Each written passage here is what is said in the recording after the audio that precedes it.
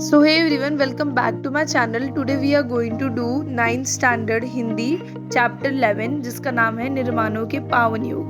So guys, आप देख सकते हो कि जो हमारा चैप्टर होता है वो लेफ्ट साइड से रहता है एंड कोई भी पार्ट लेफ्ट साइड में रह जाता है तो राइट साइड में कंटिन्यू होता है. सो लेफ्ट साइड में देखिए विषय प्रवेश दिया गया है, देन उसके जस्ट बाद हमारा कविता का सरल अर्थ जो कि सबसे मेन पॉइंट है, एंड राइट साइड में अगर आप नोटिस करेंगे सो वही कंटिन्यू पार्ट दिया गया है हमारा सेकेंड स्टांजा का. फर्स्ट स्टांजा में देखिए यहाँ पर आपको लेफ्ट साइड में ही दिया गया है, लेकिन सेकंड स्टांजा का जो कंटिन्यू सरल अर्थ है वो आपको राइट साइड में दिया गया है. ओके, उसके बाद यहाँ पर थर्ड में देखेंगे राइट साइड में तो आविष्कारों की कृतियों कल्याण न भूले, यहाँ तक आपको समझाया गया स्टांजा के बारे में.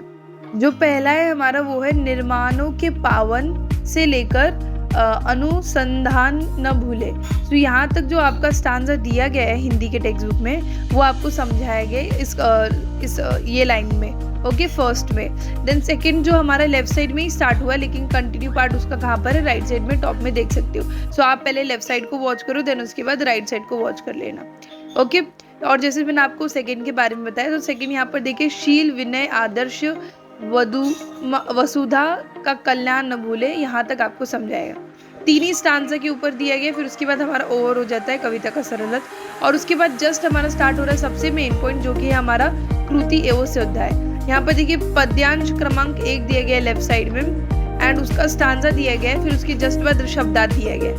ओके, तो शब्दार्थ हमें दे दिया गया था. फिर यहाँ पर देखिए जो नेक्स्ट पेज पे हमारा है वो कृति 1 दिया गया आंकलन, एंड देन राइट साइड में अगर आप नोटिस करेंगे तो आपको कृति 2 दिया गया है. सो लेफ्ट साइड में कृति 1 का आंसर दिया गया है, साथ ही में क्वेश्चन भी, और जो कृति 3 है वो हमारा राइट साइड में है, और कृति 2 भी जो है वो हमारा राइट साइड में ही दिया गया.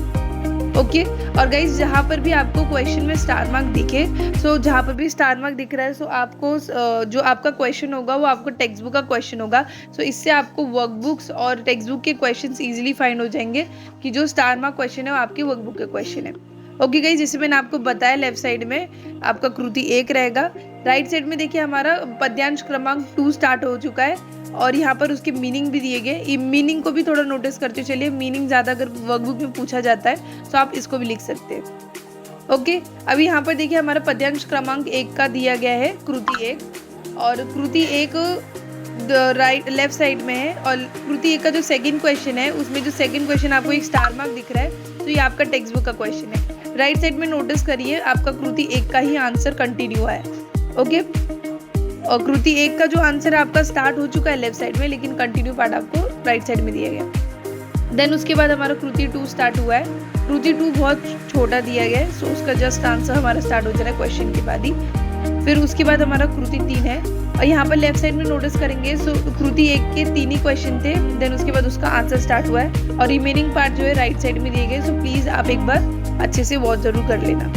ओके, अगर आपको लेफ्ट साइड और राइट साइड के क्वेश्चन आंसर्स में थोड़ी क्लैरिटी मिल रही है तो. फिर उसके बाद देखिए भाषा अध्ययन स्टार्ट हुआ है. भाषा अध्ययन में ज़्यादा कुछ नहीं है, ग्रामर्स के पार्ट है. वर्कबुक का मेन सबसे पार्ट होता है जो कि है ग्रामर पार्ट. सो यहाँ पर आपको दिया गया है, सो आप इसको ले सकते हो ग्रामर के तौर पर. ये देखिए थर्ड क्वेश्चन संधि दिया गया है. फिर राइट साइड में नोटिस करेंगे सो मुहावरे दिए गए. सो ऐसी बेसिक क्वेश्चंस दिए जाते हैं वर्कबुक्स में, सो उसके आंसर्स आपको यहाँ पर ही मिलेगा ग्रामर साइड के. ओके,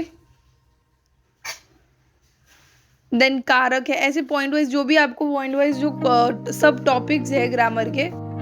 एंड गाइस जैसे कि आपको पता है लेफ्ट साइड का जो भी पार्ट रहेगा वो रिमेनिंग रहेगा राइट साइड में. So if there is any question जो आपको सिर्फ लेफ्ट साइड में दिया लेकिन उसका जो आंसर होगा राइट साइड में होगा, सो प्लीज़ ऐसे चेकआउट करते चलिए कि आपके आंसर्स कहाँ पर हैं. एंड तभी भी अगर आपको नहीं समझता है सो प्लीज़ कॉमेंट कि आपको कौन सा पार्ट चाहिए. So I will make sure to upload videos on that part. अगर आपने नोटिस किया होगा जो मुहावरे का जो आंसर है वो आपको यहाँ पर दिया गया है, 9th पॉइंट का टॉप में दिया गया है. देन उसके बाद हमारा वाक्य भेद दिया गया लेफ्ट साइड में. राइट साइड की बात करेंगे सो राइट साइड में कुछ एक्स्ट्रा पॉइंट जो थे हमारे टेक्स्ट बुक के उसके आंसर्स दिए गए एक्टिविटीज़ क्वेश्चंस के. You can read out this. Okay,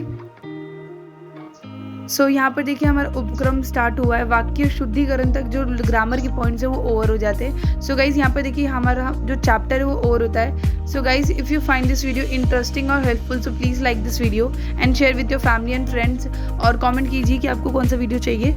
and subscribe नहीं किया चैनल को तो सब्सक्राइब ज़रूर कर लेना और ऐसे वीडियोज़ के लिए।